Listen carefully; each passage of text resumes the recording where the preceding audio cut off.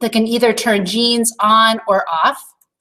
And if you're still a little bit confused about epigenetics, because that's probably going to be an example of an essay question, right? You can go to this website that's called learn.genetics. And all you have to do is just Google learn.genetics. And then they have all this wonderful stuff that you can look at that is helpful from an educational point of view. And so one of the things that we talked about was how tags can be added to the DNA dependent upon the environment. And so remember, one of the examples from the video was nurturing, right? And so they have this little, it's kind of silly, but they have this little program here so that you can actually look at how looking, right, influences the epigenetics. So it influences the tags that are attached and whether the gene can be expressed or not, right?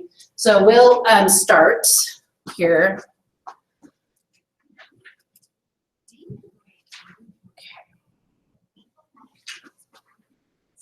GR gene. When it's active, the GR gene produces a protein that helps the body relax after a stressful event. The type of care a pup receives from its mother during the first week of life can change the expression of this gene. Okay, you guys ready? Do you want me to be a poor mother or a good mother? Nurturing mother? First. Okay, so it'll be 4. Okay, so I'm ignoring my pup, right? Oh, I'll lick it a couple times. Okay. Oh, I'll lick it a couple times. Kind of like a puppet, right? Okay, I wasn't very good. It looks like you had better things to do. Since you didn't lick and groom your pup very much, its GR gene is still inactive. Your pup will have a hard time relaxing after stress. Your pup's GR gene will most likely look like this for the rest of its life. In fact, the amount of nurturing you gave to your pup will have a major impact on its adult personality. Okay, so let's try again. Choose among the options on the left to learn more about it. Okay. Deep in the brain of a newborn rat.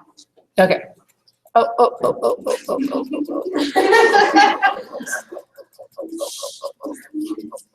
Okay, so you're watching how that's affecting the DNA? You're an attentive rat mother.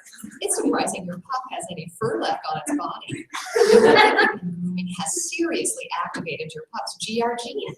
Your pup will have an easy time relaxing after stress. Your pup's GR gene will most likely look like this for the rest of its life. Okay, so under gene expression, right, you can put lick your rat, right? So that's how the environment can influence gene expression because it can influence the epigenome, right? So the important thing here is I would write environment influences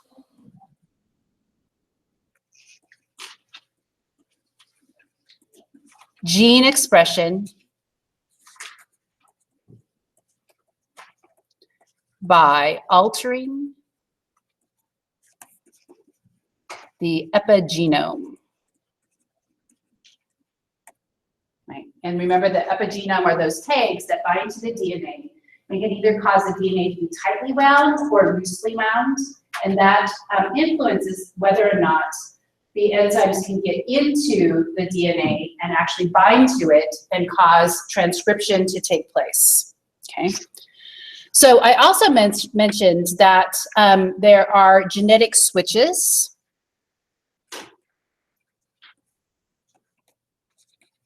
And our ideas of genetic switches are best understood looking at bacteria. So there's lots of bacterial models for looking at how genetic switches work. And so when we look at a bacterial DNA, if this is my strand of DNA, upstream from the actual gene, we have what is called the operon, okay? And then this is called the promoter. And then this part right here would be the actual gene. So this would be the sequence of amino acids that code for a particular, a sequence of nucleic acids that code for a particular protein, right? But we have these parts of the genome that actually do not code for protein, but rather they are important sites where enzymes can bind. And we can also have other things binding, allowing for the gene to be turned on or turned off. Okay, so what has to bind at the promoter region is what is called RNA polymerase. So RNA polymerase is sometimes drawn as like a big circle, right? And so in your book, it's drawn like that. So RNA polymerase has to bind to the promoter, and it is the important enzyme that allows for transcription to take place. Now, there's also a DNA polymerase, which we talked about briefly when we were talking about DNA replication. So DNA polymerase builds a DNA molecule. RNA polymerase builds a messenger RNA molecule. So this is DNA, right? So this is I'll put DNA here. So this is DNA, okay? So these genetic switches are in our DNA, okay? So we can have different things bind to these operon sites. And so we can talk about what is called, in one instance, the TRP operon. And what this does is this regulates the expression of genes that code for enzymes that function in the production of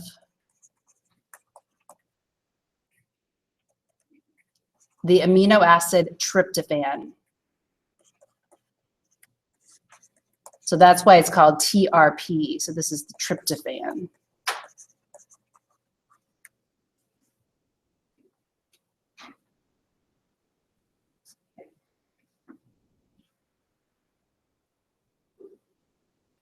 So the idea here is that if you're a bacteria and tryptophan is present, you do not want to code, or you don't want to produce it, right? So you don't need to produce it. So if tryptophan is present, it will bind to that operon part of the DNA molecule, and it will turn the gene off, right? So if we look at this, we would say that tryptophan itself is a repressor.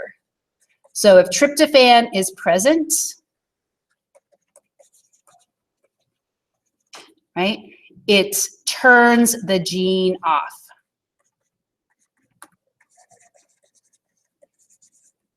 Because it is not necessary. So we would say that tryptophan is actually an example of a repressor, right? So this is a repressor. So it represses the expression of the genes. Okay. So in your book, they show this example. Oops. They show this example, right? And here they're just showing it as an operator. Sometimes it's written as operator, but this is the operon. This is where the repressor would bind, right? And so in this case, if tryptophan is present, it causes this gene to be turned off. If tryptophan is not present, then the gene is turned on, and all of these enzymes would be produced so that the bacteria can produce this essential amino acid that it has to have in order to produce proteins, right? So it actually helps the repressor to turn the gene off, okay?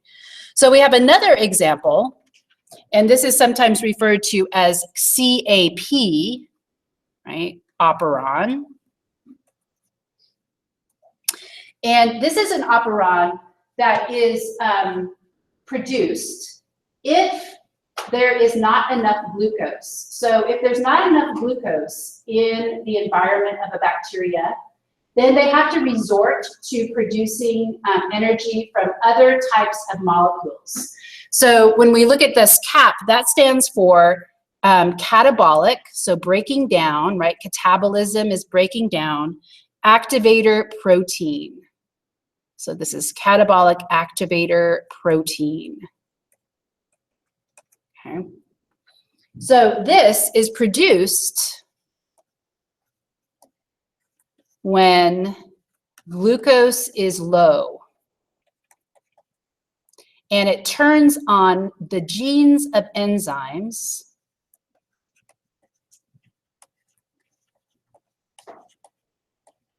right, that can break down other molecules and use those molecules as energy.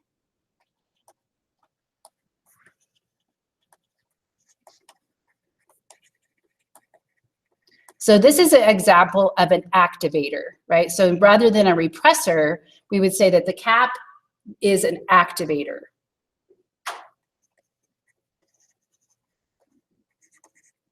Okay. So notice here they have the RNA polymerase binding to the operator, right? And that can cause, let's see, here. Cap binds to the, actually it binds to the promoter. I didn't realize that. It binds to the promoter region, and it actually causes, but it activates the genes, okay? So it's not really important if it divides, knowing that it binds at the promoter versus the operator. Okay, so the last example is what is called the Lac Operon. And this has to do with lactase. So when lactose is present in the environment, the gene for lactase will be turned on.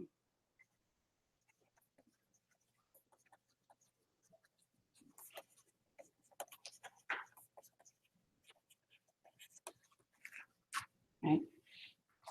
So what this shows is that if lactose is absent, we don't want to turn lactase on because that would be a waste to produce an enzyme that is necessary to break down something that isn't present. So the idea is that lactose actually binds and it inhibits the repressor so that the gene that codes for lactase is turned on only in the presence of lactose. Okay? So this is how bacteria, at least, can turn on and turn off genes. It's an inducer, yes. And so instead of an activator, it would induce. Yeah, so lactose would induce and prevent the repressor from binding. Okay, so when we look at eukaryotic cells, it's a little bit more complicated. So these are in bacteria, and remember that bacteria are really simple organisms that lack a nucleus, so they're prokaryotic, and they also do not have chromosomes, so their DNA is actually in the shape of a circle or a plasmid.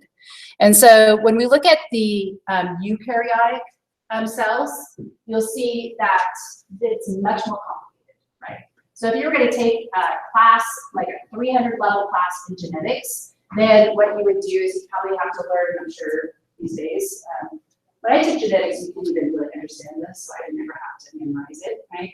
But you have to learn all of the different factors. And one of the really interesting things about our DNA is it actually has to bend and create this hairpin kind of loop so that the parts of it can actually interact. So the different parts of the DNA actually interact to turn the DNA, the gene on, or turn that particular piece of DNA so that it can be transcribed into messenger RNA. Okay. So I'm not going to go into the details of this, right? But I'm going to show you a little video. And the video looks at fruit flies. So in fruit flies, we've studied them a lot because one thing is that they are really easy to manipulate, and you can actually induce mutations. The first mutations that were induced in fruit flies were done so in using X-ray. So you can X-ray like the larva of a fruit fly, and it would mutate, and it would come out, and it would have white eyes, for example, or different colored eyes, right? So we could create all these mutations. And so fruit flies are a really important model for understanding how the genetics of eukaryotic organisms work. And so they have a particular gene called a paintbrush gene. And so we're going to look at this paintbrush gene regulation, and they're going to talk about these switches, and they're going to show the DNA kind of bent up and kind of wrapped around itself. Okay, so let me get that video up.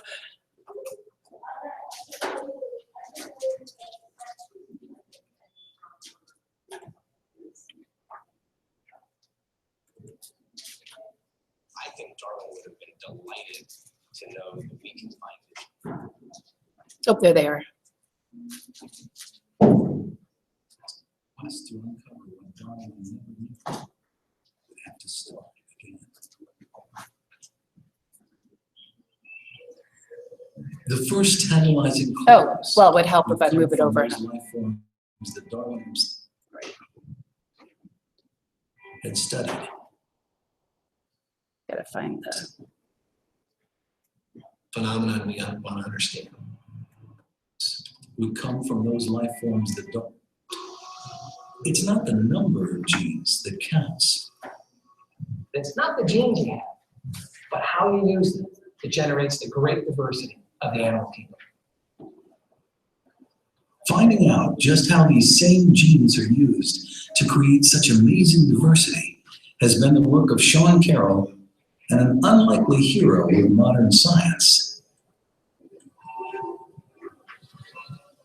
the fruit fly. As much as I'd like to study the mammals of the African savanna, they make poor choices for laboratory animals. They're large, expensive, and reproduce very slowly. To get data, we have to find the simplest examples of the phenomenon we want to understand. But the humble fruit fly does weird and wonderful things. This fruit fly is dancing for sex. A wrapped female takes in the shell. She's particularly besotted by the dark spots on the male's wings. Watching it all is an equally besotted Sean Carroll. You might think them just to be annoying, but they're really charming. And the males of this species does a rather elaborate courtship dance where he displays these spotted wings in front of the female. To us, is as magnificent as what a peacock does.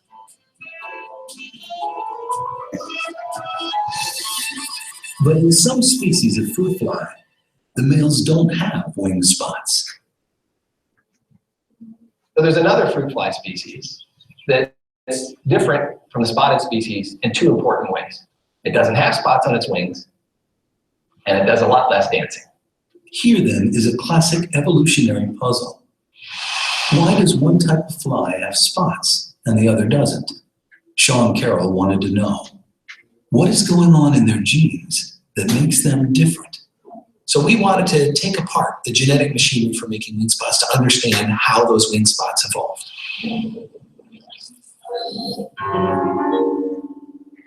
Carroll began the process of sifting through the two types of flies' DNA. He had one clue to set him on his way. He already knew the gene that codes for the black wing spots. He calls it the paintbrush gene. But surprisingly, when he compared the genes of the two flies, they both had that gene, and yet only one had spots. When you look at that gene in the two species, really, they both have this paintbrush gene. So the big difference is not having the gene, it's how they use it. One species uses it in the wing to make spots. The other one doesn't. So why did the paintbrush gene create spots in one type of fly, but not in the other? In search of answers, Carroll turned to one of the least understood regions of DNA, the vast stretches that were once known as junk.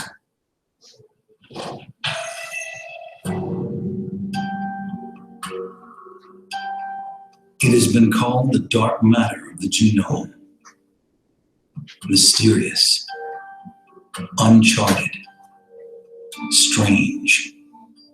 The vast bulk of the double helix, some 98% of it, doesn't code for proteins, which make the stuff of our bodies. The genes which do comprise just 2%. Even now, no one is sure what much of this huge non-coding area actually does. but it has long beckoned evolutionary detectives like Sean Carroll. So this is the bend. That's the fragmented test. Carroll had already learned that the paintbrush gene itself was identical in the two types of fly. So he extended his search through their DNA. And in one place, just outside the paintbrush gene, he found an important clue. A stretch of DNA that was different in the fly with wing spots. What could this mean? So Carroll conducted an experiment. So you injected glutathione. He decided to put that mysterious stretch of DNA that he found in the spotted fly in the unspotted fly. To help him see if it had any effect, he attached it to a gene from a jellyfish, a gene that codes for a protein that makes the jellyfish glow. We cut the DNA up into little pieces, and we hook it up to a protein that glows in the dark. And then we inject that into the unspotted fly. And then something remarkable happened. When we looked at those unspotted flies, we see now their wings are glowing in the dark with spots. Somehow, that mysterious stretch of DNA had turned on the paintbrush gene in the unspotted fly's wings. Once spotless, now it had luminous spots. Bingo, we found the piece of DNA that mattered. Carroll had found something that is revolutionizing our understanding of how different animal bodies have evolved. A piece of DNA called a switch. Switches are not genes. They don't make stuff like hair, cartilage, or muscle. But they turn on and off the genes that do. Switches are very powerful parts of DNA because they allow animals to use genes in one place and not another, at one time and not another. And so choreograph the spots and stripes and splotches of animal bodies. In the case of the fruit fly, it's a mutation, a change in just a few letters of the DNA that has caused the paintbrush gene to be switched on. And so a whole new species with wing spots has been created. But switches are now explaining far more than that.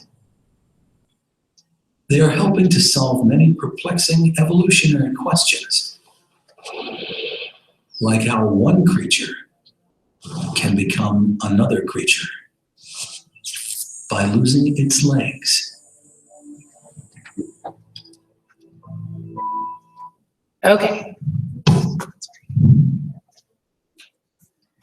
So that's an example of a switch. So that the idea is that the paintbrush gene is the same in the two groups of fruit flies, but the switch has changed. So the switch has mutated.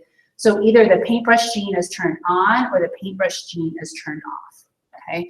And you notice how those switches, they had them, the DNA was kind of wrapped around on itself. And that's because that seems to be that the way that those switches work in eukaryotic organisms. Okay. Okay. Are there any questions about that idea about switches? No. So there seems to be like switches. There's a gene, a switch that will turn on the production of eyes, for example. And so you might sometimes see images of fruit flies that have eyes in weird parts of their body. Like they could have eyes on their legs instead of on their head region. And those eyes don't work, but you can switch on the gene that codes for everything that is needed to produce an eye, and an eye will be produced, right? And their reference to evolution is that that same eye that produces, or the same switch, the same master control gene that regulates eyes in fruit flies is the same control gene that regulates the development of our eyes. And so that's why they're called master control genes, because they turn on not just one gene, but they can turn on a whole bunch of genes which produce a whole new structure in the organism. Okay. Okay, so let's start talking about biotechnology. And we've done a little bit of a discussion of biotechnology in lab, but we now are able to isolate specific strands or pieces of DNA, right? So we isolate the DNA, and we can also make copies of the DNA. So we can make many copies of the DNA of interest. So I mentioned that this process of making many copies is called amplification. And the biotechnology that allows us to make many copies of it is what is called the polymerase chain reaction.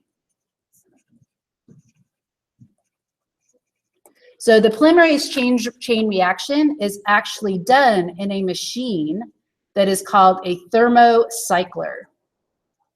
And so that refers to the fact that the DNA is heated up and then cooled down and then heated up again and then cooled down, and it cycles through that.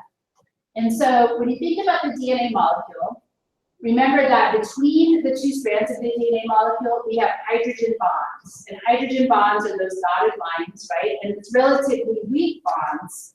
So that if we heat up the DNA, it goes from a double strand to a single strand, right? So we have our double strand of DNA, and if we heat it up, we have the strands separating, right? But most of the time, enzymes do not work under extreme heat, right? That would take it to break it apart. So what scientists were able to do is they were specifically able to isolate the DNA polymerase from a microbe, a bacteria, that could live under high extreme temperatures. So they found them in thermal vents. So, you know, like hot springs where the water is bubbling up and it's really hot. There's some bacteria that can live there. And obviously their enzymes can withstand that high temperature without denaturing it, right? And so this DNA polymerase was taken from bacteria in hot springs, right? So what happens is that it then, right, produces a new strand. So we have the production of a new strand using DNA polymerase, that's the enzyme, and then we also have available the nucleotides, right, that would be necessary to make a new strand, right? So when we talk about like how many cycles the DNA goes through, it's heating and cooling, heating and cooling, and heating and cooling. So in your book there is a diagram that looks like this, right? And it shows that we can denature it, right? That's pretty warm, 95 degrees centigrade, right? So that's almost boiling, right? So we denature it, and then we add that DNA polymerase, right? And then we get new copies. And so that is how we are able to produce many copies of DNA in a little machine, right? In a given amount of time, okay? So this can be used for a variety of things, right? So for example, identification, right? So if you just had a small amount of DNA and you needed to identify somebody, then you could do that, right? You can also obtain DNA from extinct organisms and you can amplify it, right? You can take DNA from mummies and amplify it.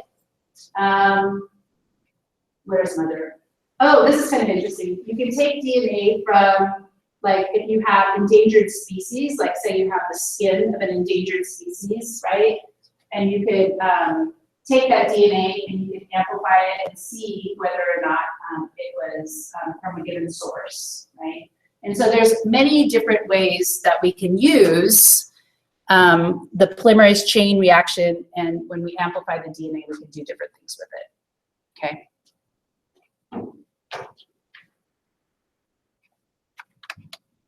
Okay, so one thing that we can do with the DNA is we can use DNA fingerprinting. And so the example that I gave, or that we did in lab, was actually looking for evidence that a gene had mutated in a particular individual, which would increase her likelihood of developing cancer. So remember, we looked at the P53 gene, and we looked at the variation between those. We also looked at the BRCA1, right? But one thing that DNA fingerprinting can do is it can also determine paternity.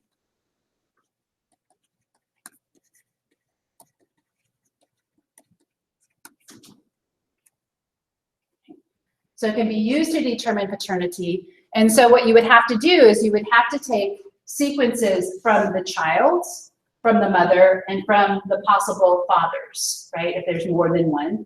And then what you would do is you would digest that DNA into fragments, and then you would separate out that DNA based upon its size using gel electrophoresis. So this is just a simple example showing DNA fingerprinting. If this is the DNA of the mother, she only has one band, and it matches up with this band in the child, right? So these are the two possible fathers of the children. And so obviously, if we look at the bands, it's Larry who shows that his DNA fingerprint matches up with what is seen in the child and not Bob. So you can use DNA fingerprinting in paternity, to test paternity test. Okay. Now, DNA fingerprinting is kind of in the past.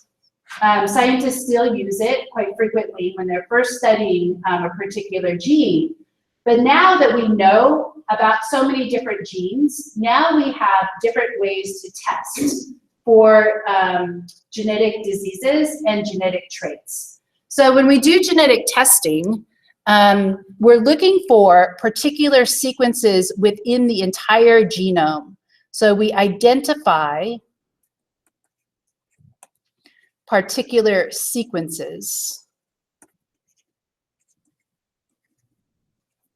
in the genome that are linked to diseases or other important traits.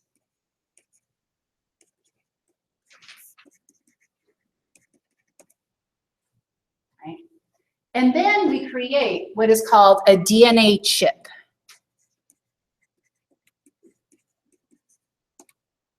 Okay. So it's kind of like a microchip. But what it is a piece of glass that has adhered to it single strands of DNA. So if this is my piece of glass, I might have a single strand of DNA that here and here and here, right? So these are my single strands of DNA, and they have particular sequences.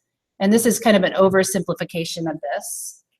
But this is the DNA chip. And then what I do is I subject this DNA chip to the DNA of the person of interest, right?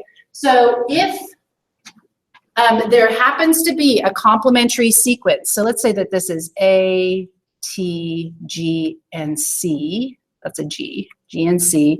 If there happens to be a complementary sequence in my genome, right, it would read T, A, C, and G, right? So this one would come and it would bind to that, right? It would bind to that particular sequence and it would glow, right? So it binds and it glows, right? And so then once I have subjected my DNA to all of the sequences of interest, I can find out what sequences I have that are on the DNA chip. Right? And the DNA chip is not something that a human reads, it's actually something that a computer reads. And so it looks like this.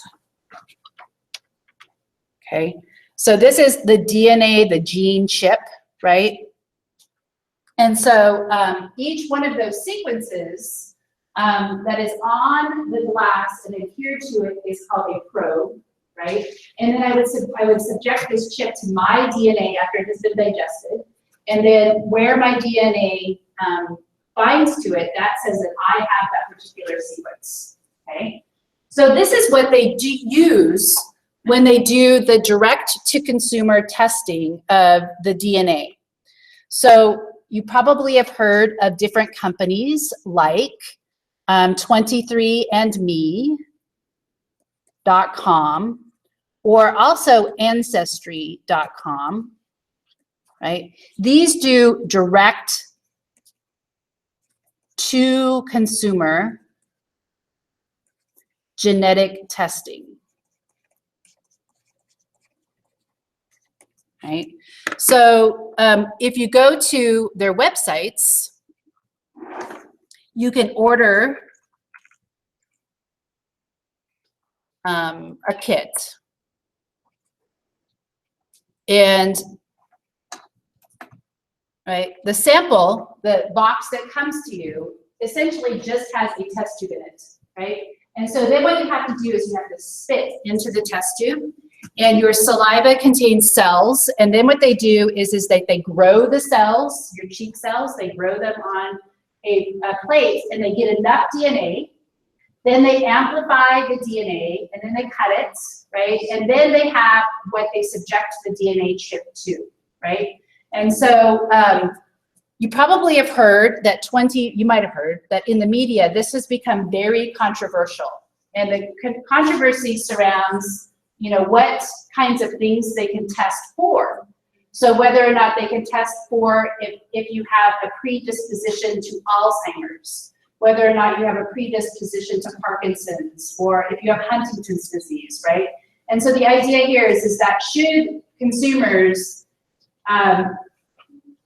be able to find out that information without having to go through a doctor, right? And so the FDA shut down 23andMe for a while until they were able to confirm that the testing was reliable. And the test that they now allow you to take is not as comprehensive as the test that they did, a few years ago. So if you do the 23andMe, you don't find out a lot of information, but some of the information is kind of interesting. So if this is my report, so say, for example, I can find out some information about me. And so the idea here is that you do a whole genome analysis, and you look for sequences that are similar in different people that have similar traits, right? So if you looked at people and whether they were sprinters or long-distance runners, and you look at my DNA is more like that of the people that confirm that they are sprinters, right? And then more like that DNA that makes it so that if I drink coffee, I drink a lot of it, right? So I tend to consume more than average, right? So these are some health traits.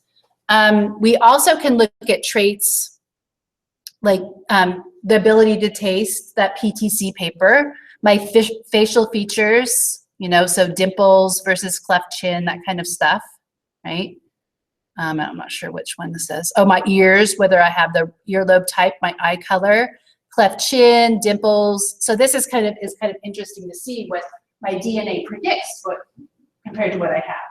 So I have green eyes, but they say that I would most likely, because of my DNA, I would have blue eyes, okay? So one interesting use of this data is called pharmacogenomics. Okay, so let's write this down. We do genome-wide association studies. Okay, so this is the idea, is that we look at people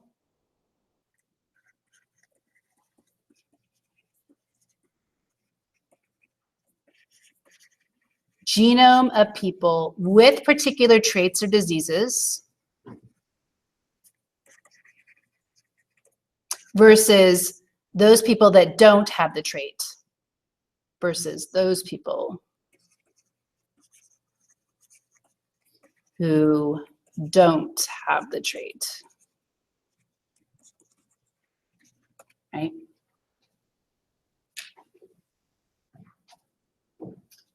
So if we look at everybody who has Alzheimer's disease, and then we look at people that don't have Alzheimer's disease, maybe we can find sequences that are related, right? And so that they share them. And then maybe we can go a little bit deeper and we can look at what those sequences are associated with. Are they in a gene that codes for a particular protein? Are they in a switch, right, that could turn genes on or off, right? And so this is really important information to have.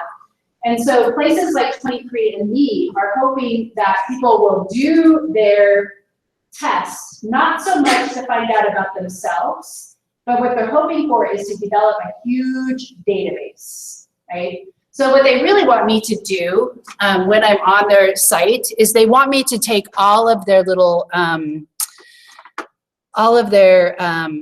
see, where is it? Oh, did I close it down? What they really want me to do, so that's the wrong one. What they really want me to do is take all their surveys. And so I just saw a survey there that said, oh, here it is. So if I go back to here and go back a little bit further. Okay, so what they wanted me to do is do their research questions, right? So I have been a very bad person in terms of what they wanted from me, right?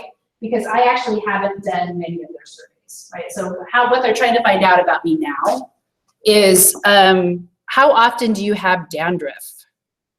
Okay, so I am thankfully, I could say never or almost never, right? And then they could ask me, you know, other things, right? But the idea here is that they could then get data from me and then they can use it to grow these databases that perhaps they can tell us we can learn more. So it's kind of like crowdsourcing the genome and trying to find more information, okay? So one interesting thing about this that also comes about is you can determine your ancestry, right? So you can determine your ancestry composition. So, my ancestry composition is primarily Northern European, right? So we can see here, it's primarily this light blue region. So this is where my ancestors have come from, right? Compared to, I just have a little bit of this, right? Some people would have much more variation, right? If their ancestors came from different places. So you can find out your ancestors. And you can also, there's a place here where you can find possible relatives. So people using services like this have found relatives that they didn't know about, right? That might have been like first, second, third. I even have people that say they're my fourth cousin, right? Which is pretty down the line. But you can kind of see, and all of this is supposed to be confidential, right? Because obviously you wouldn't want people finding out that you had an increased risk for breast cancer and then denying you insurance coverage for it because it's a pre-existing condition, right? So this, they say that they're not going to share this information about my genome to insurance companies or employers, for example, okay? Okay, are there any questions about this idea? Okay. Okay. So this is actually brings to mind some interesting findings that says that we are actually a population, as a global population, actually share a lot of genetic information with one another because of movement of individuals between populations. So I just wanted to show you this small clip because I think it's relevant to our discussion of genetic variation. And I'll preface it with saying that it is a commercial for a travel, right? But they swear that they actually picked these individuals through a casting system so that they actually tried to get people that wanted to do a commercial, right? But they actually then subsequently interviewed them and then tested their DNA and then got their responses. And it was not something that they were scripted. So it wasn't something that they told them how to act. And so it really truly was based upon their DNA findings. Okay, so we'll just watch this video that talks about variation in human populations and how Some of what we're learning through this DNA testing can be enlightening to ideas about race in particular.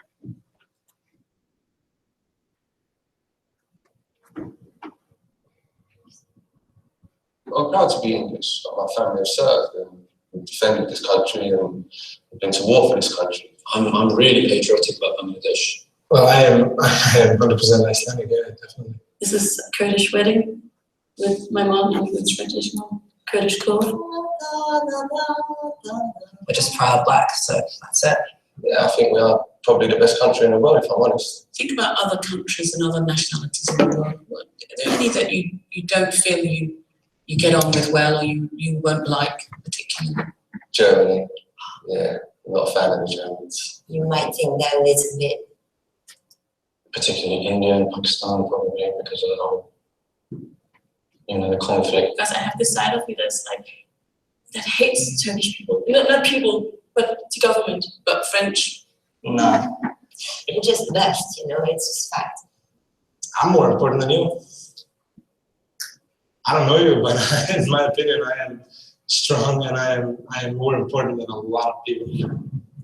How would you feel about taking a journey based on your DNA?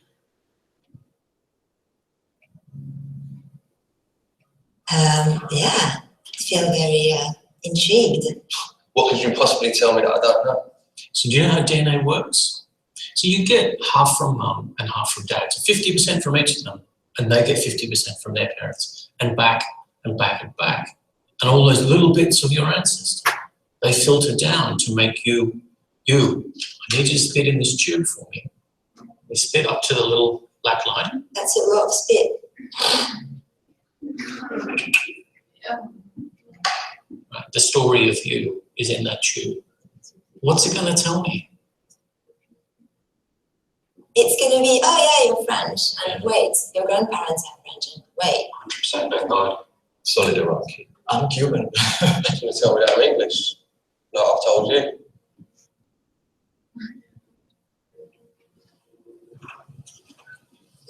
Jay, come down and join us. I'm a little bit nervous, I have to say. So what did you find out in your results? Can you read it out to us, please? Look at me.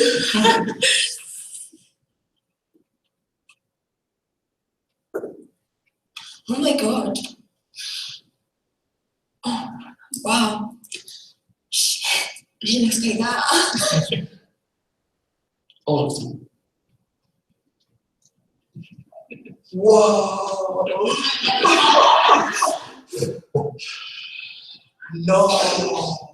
No. Caucasus, which was Turkish? Yeah. Eastern Europe, Spain, Portugal, Italy, Greece. I'm 32% British. What? Great Britain, 30%. 25% German. I'm Irish. Yeah, so I'm a Muslim Jew. Great Britain, 11%. You saw these results in mind? Eastern Europe. Iceland has definitely moved closer to Europe. I'm going to go a bit far right now, but this should be compulsory. There would be no such thing as like extremism in the world if people knew their heritage like that. Like, who would be stupid enough to think of such thing as like a pure race? In a way, we're all kind of cousins, in a broad sense. In a much more direct sense, you have a cousin in this room. Turn around and guess who it is.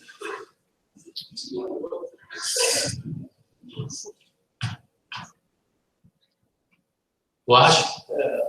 What's that? Why don't you come down here and meet your cousin?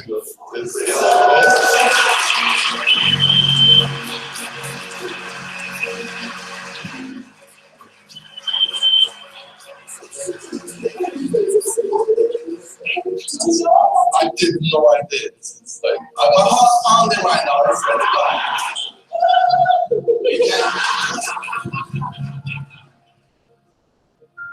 concentrate from everywhere, but it's I'm a real man of the world. Wow, that's beautiful. Thank you. So would you like to travel to all of these places?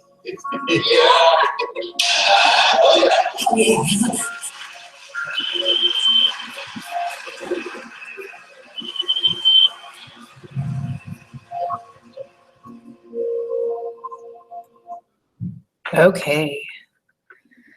So are there any questions about that idea that we are very racially diverse because of interbreeding between populations? So humans have been traveling around a lot, right? Different populations and interbreeding. Okay.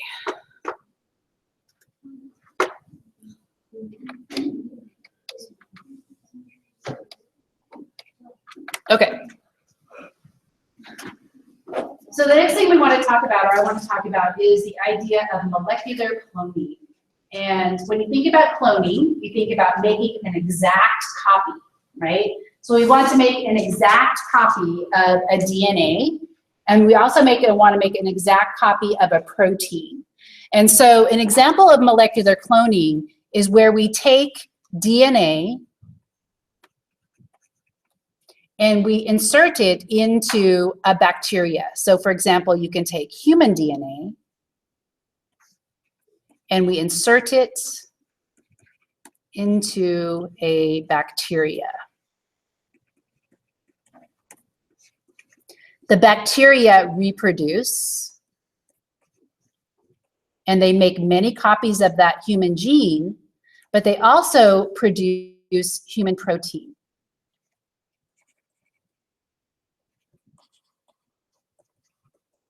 So in a sense, we can use the bacteria like a factory, right? So if we put DNA into a bacteria, then it reproduces itself, then it produces a human protein, and then we extract the human protein. So the first human protein that was produced in this way was insulin. So the example is insulin. So insulin is a hormone that is needed to treat diabetes, right? And so prior to this, it was very hard to find and get human insulin, right? Sometimes I think they even used insulin that they extracted from, was it a pig before that? But this is actually allows you to produce human insulin in pretty great quantities. Okay, so that's what's called molecular cloning because we're making many copies of the human DNA using bacteria. Okay, so in your book, they show this. So this is the foreign DNA. So this would be like the gene that codes for insulin. You can insert it into the bacterial DNA. The bacteria's DNA is circular, so it is a plasmid, and then it makes many copies of itself. And then the bacteria, right, can reproduce, and you can actually find the bacteria, but much like they did by attaching you, like, why would you use jellyfish genes, right? It seems like so bizarre that you would make, attach a jellyfish gene. But if you know that if it glows or if it changes color, that the gene has been incorporated, it is like a tag, right? And so like they use the jellyfish gene in the fruit flies, sometimes they use jellyfish genes in mice studies, and the baby mice will glow. And if they glow, then they have their foreign DNA has been put into them, okay? So this just shows that the blue colonies are the ones that have the foreign DNA. Okay, so we can tell where the DNA has gone. Okay, so we have the ability to clone and use it therapeutically. So this is the production of embryonic stem cells.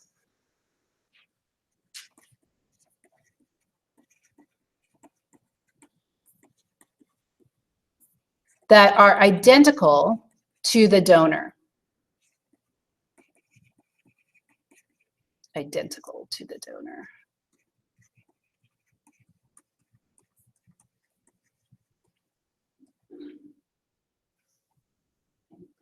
So let's say, for example, I had a disease, and it would be really helpful to have some embryonic stem cells to put into my body to help cure the disease.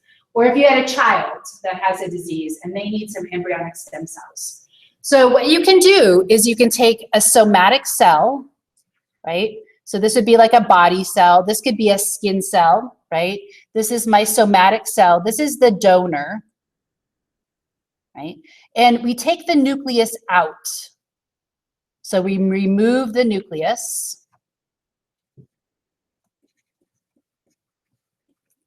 And we put the nucleus into an egg cell that has had its nucleus removed.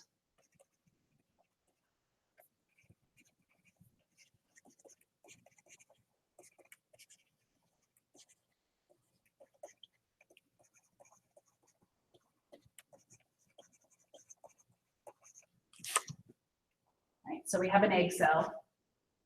So if it was me, like female, I could produce my own egg cell. But it could be if it's a male, they could take egg cells from somebody else, because what you're going to do is you're going to stick a person's DNA into an egg cell that doesn't have any DNA.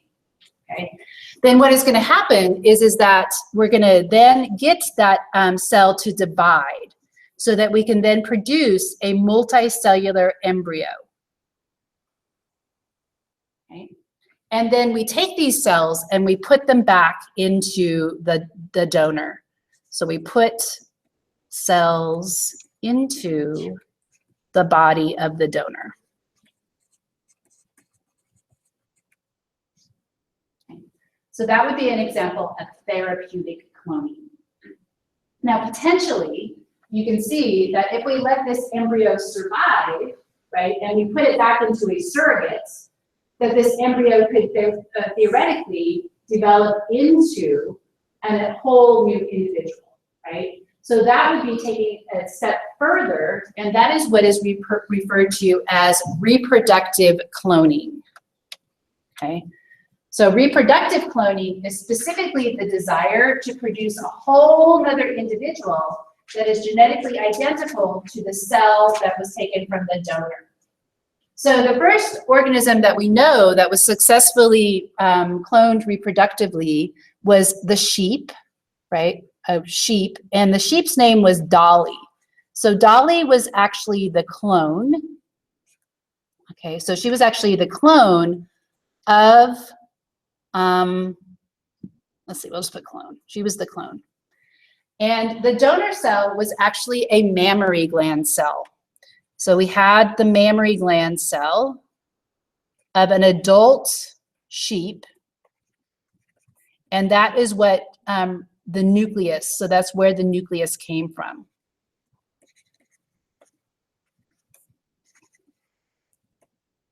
I'll just put was from, okay? So hence Dolly Parton, right? It's kind of silly back then, but you think 1980s, right? They were pretty silly back then. So that's why they named the sheep Dolly, is that she was actually derived from the nucleus from a mammary gland cell. Okay, so that's the true story. Okay, it's probably a bunch of guy scientists, I would imagine, that figured that one out.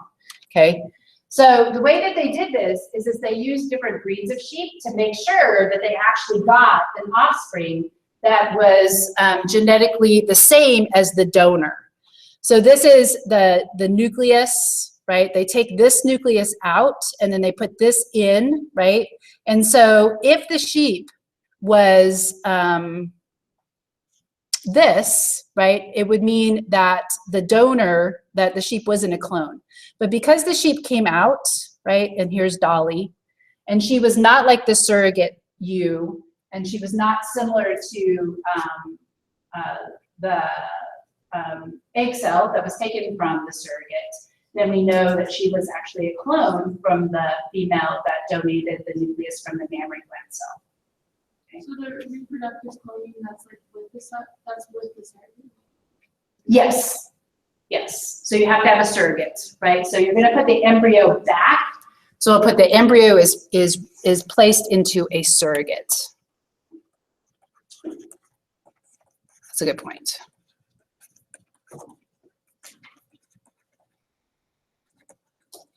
And allowed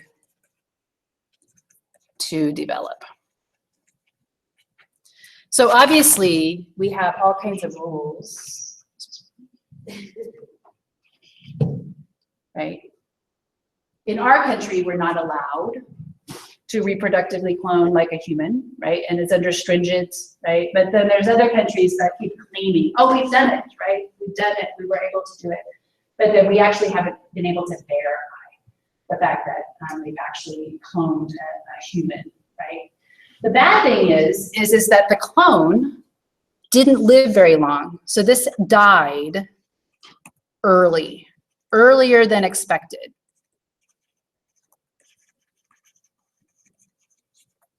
Okay. Can anybody think back to something that we talked about, which might explain why Dolly had a shorter life expectancy than normal? The cells didn't divide. And so what determines how many times a cell can divide? The telomeres, right? And so the telomeres were short.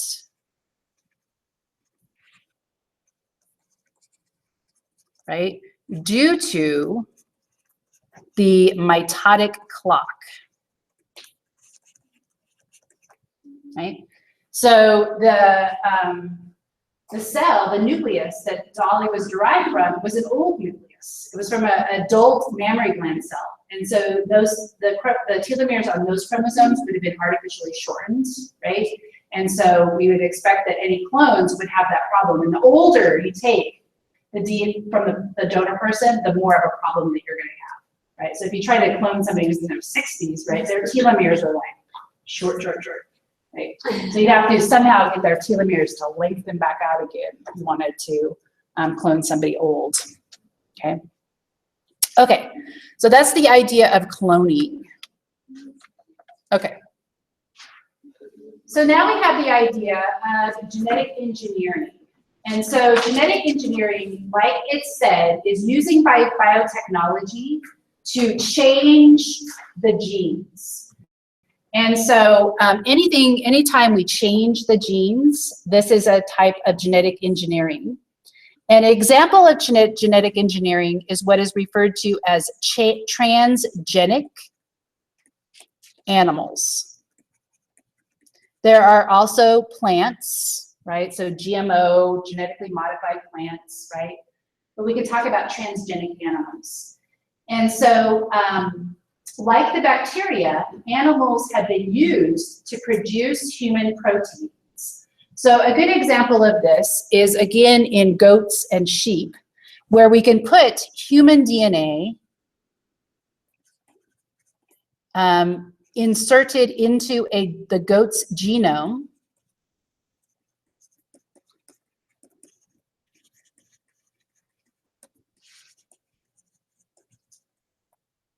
Right? And then the goat can produce, if it's female, obviously, it can produce human protein in its milk.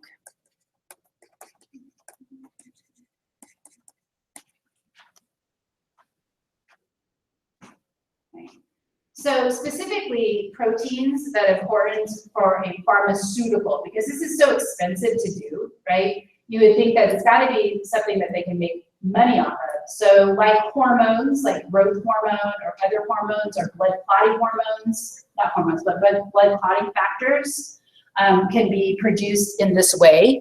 And so sometimes this is what is referred to as farming, right? So this is pharmaceuticals are produced in this way. Okay, so it's a type of farming. Okay. Let me see if I find my farming. Oh, I guess I didn't find it. Sorry. I thought I had a diagram that there's lots of different drugs. So for example, growth hormone. You used to have to get growth hormone from the pituitary gland of cadavers, right? So if you wanted to get growth hormone, you had to actually go into the pituitary gland and remove it from a dead person. Okay. Now we can produce it in this fashion. And then we also have blood clotting factors that we can use to treat hemophilias.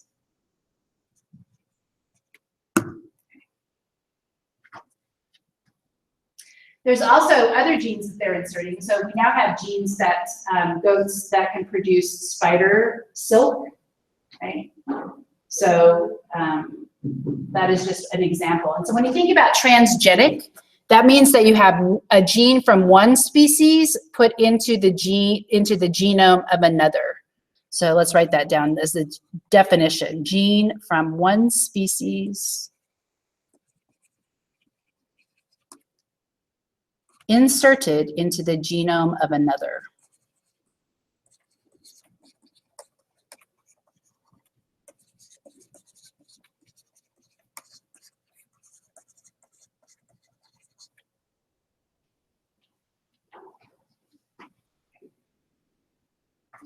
Okay, so the last thing I want to talk about is, I'm going to skip over some things and I'll tell you what you need to erase from your review sheet. The last thing I want to talk about is gene therapy. So gene therapy is where we actually go in and we change the gene that is defective. So for example, we can replace a defective gene with a normal gene.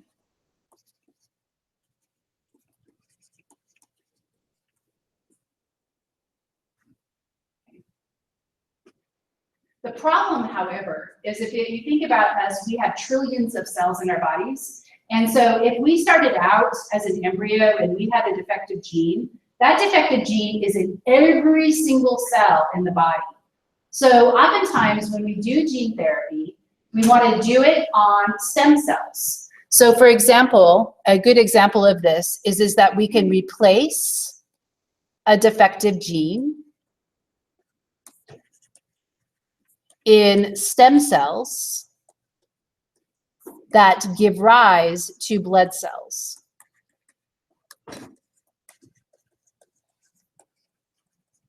And so we can cure a disease that is called SID, which you might have heard of before, because this is what the bubble boy has. So, or the bubble boy had. So people that were born and have no immune system, it's due to a genetic defect in their white blood cells. And so SID is called severe combined immunodeficiency. Severe combined immunodeficiency. Okay. So if you can change the stem cells, then you put the stem cells back in the body, and then they stay in the body, and they reproduce, and they produce more white blood cells. So you can take the stem cells out, genetically modify them using gene therapy, and then you can put the stem cells back in the body. Okay. The other thing that you can do is that you can target mature cells with the defective gene. And a good example of this is cystic fibrosis.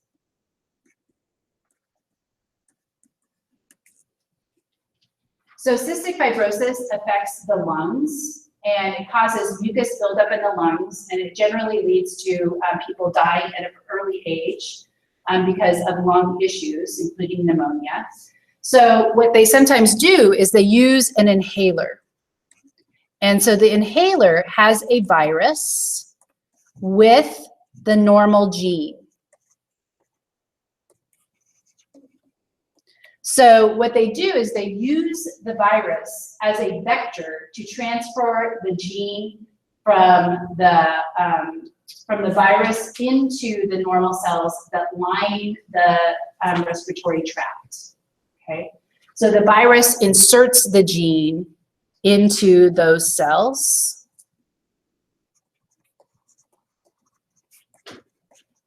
Into the cells lining the respiratory tract.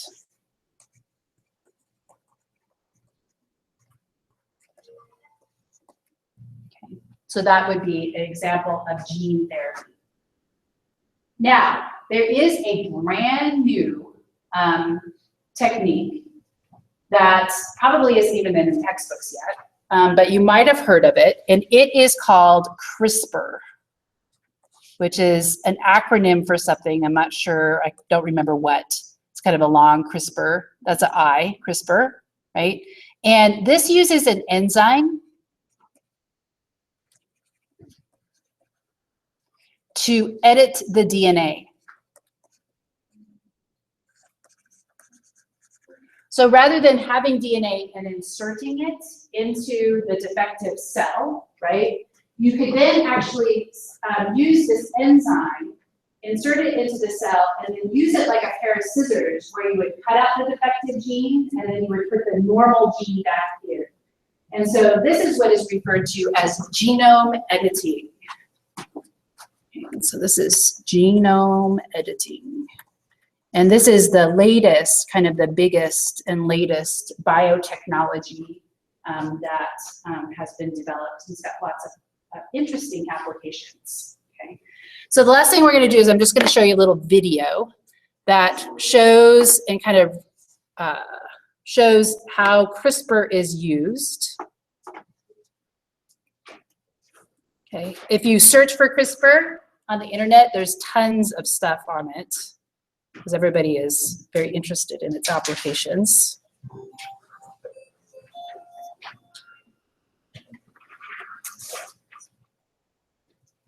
Every cell in our body contains a copy of our genome. Over Oh, I don't want to enter that. 20 billion letters of DNA. DNA consists of 2 strands twisted into a double helix and held together by a simple pairing rule. A pairs with T and G pairs with C. Our genes shape who we are as individuals and as a species. Genes also have profound effects on health, and thanks to advances in DNA sequencing, researchers have identified thousands of genes that affect our risk of disease. To understand how genes work, researchers need ways to control them. Changing genes in living cells is not easy. But recently, a new method has been developed that promises to dramatically improve our ability to edit the DNA of any species, including humans. The CRISPR method is based on a natural system used by bacteria to protect themselves from infection by viruses. When the bacterium detects the presence of virus DNA, it produces 2 types of short RNA, one of which contains a sequence that matches that of the invading virus. These 2 RNAs form a complex with a protein called Cas9. Cas9 is a nuclease, a type of enzyme that can cut DNA. When the matching sequence, known as a guide RNA, finds its target within the viral genome, the Cas9 cuts the target DNA, disabling the virus. Over the past few years, researchers studying this system realized that it could be engineered to cut not just viral DNA, but any DNA sequence at a precisely chosen location by changing the guide RNA to match the target. And this can be done not just in a test tube, but also within the nucleus of a living cell. Once inside the nucleus, the resulting complex will lock onto a short sequence known as the PAN. The Cas9 will unzip the DNA and match it to its target RNA. If the match is complete, the Cas9 will use 2 tiny molecular scissors to cut the DNA. When this happens, the cell tries to repair the cut, but the repair process is error-prone, leading to mutations that can disable the gene, allowing researchers to understand its function. These mutations are random, but sometimes researchers need to be more precise, for example, by replacing a mutant gene with a healthy copy. This can be done by adding another piece of DNA that carries the desired sequence. Once the CRISPR system has made a cut, this DNA template can pair up with the cut ends, recombining and replacing the original sequence with the new version. All this can be done in cultured cells, including stem cells that can give rise to many different cell types. It can also be done in a fertilized egg, allowing the creation of transgenic animals with targeted mutations. And unlike previous methods, CRISPR can be used to target many genes at once, a big advantage for studying complex human diseases that are caused not by a single mutation, but by many genes acting together. These methods are being improved rapidly and will have many applications in basic research, in drug development, in agriculture, and perhaps eventually for treating human patients with genetic disease. Okay. Okay, so if you can get out your review sheets. Does everybody have, I have like one copy left. Okay, everybody's got one. Okay, so you can cross off the pharmacogenomics, right? That is an idea that if you look at the genome of a person, you might be able to tell whether or not a particular pharmaceutical drug would work on them or not. So you can kind of look at the genome and then determine how drugs would interact with it, but you can just cross that off. Okay. You can also cross off microarrays and gene expression. So that was very similar to the DNA chip, but then just looking at which genes are turned on, say for example, in normal cells, this was cancer cells, but we didn't talk about that, so you can cross that one off. Okay. I think that everything else should be okay. Oh, wait a minute. So go up to xeroderma pigmentosum. That is a disease that is caused by a mutation, and it causes people that are in the sunlight, they mutate because they don't have the enzymes to repair ultraviolet mutations. So those are like the people that cannot go out during the day and have to protect themselves extensively from ultraviolet radiation, but we didn't really talk about that. So you can cross xeroderma pigmentosum off.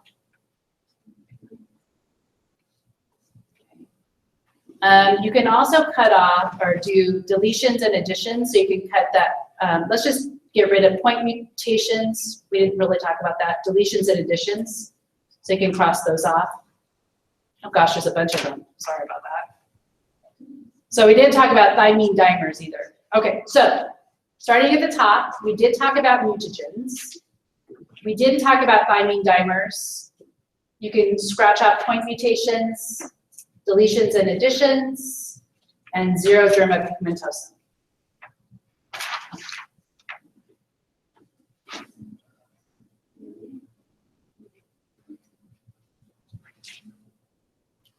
Okay, does anybody have any questions about the review sheet? How many total were marked out? Let's see, 1, 2, 3, 4, 5, 6, 7. Because microarrays and gene expression were marked off, and the very last one was marked off.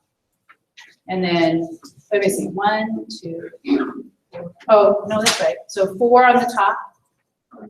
2, 3, 4, 5, 7. Okay. Starting at the top, all the things that are under mutagens in that particular thing, you can just cross those off. Oh, not silent. Oh, right, not silent mutations. We did talk about silent mutations. So yeah, you're right. So there's 4, so there's total 6. Yeah, sorry.